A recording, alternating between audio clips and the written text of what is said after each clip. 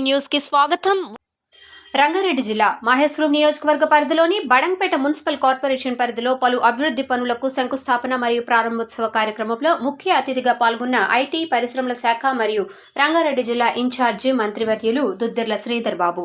Badangpet municipal కార్యాలయం వద్ద చౌరస్తాలో సుమారు 38 కోట్ల రూపాయలతో ఏర్పాటు చేసిన శిలాఫలకాన్ని మేయర్ చిగురింత పారిజాత నరసింహారెడ్డితో కలిసి ప్రారంభించారు.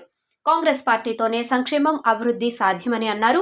తెలంగాణ ప్రభుత్వం చేసిన రుణమాఫీని ప్రజలు రైతులు హర్షిస్తున్నారని అన్నారు.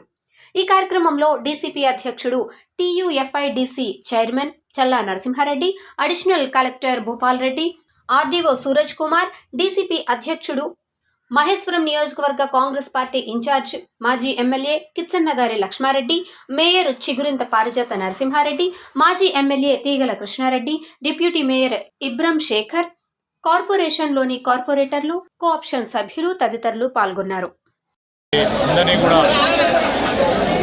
అధికార యంత్రాంగం కూడా గౌరవ పార్లమెంట్ సభ్యులని, గౌరవ శాసన సభ్యులని, ఈ కార్యక్రమానికి అదేవిధంగా మా గౌరవ కార్పొరేటర్లని అందరినీ కూడా పిలవటం జరిగింది.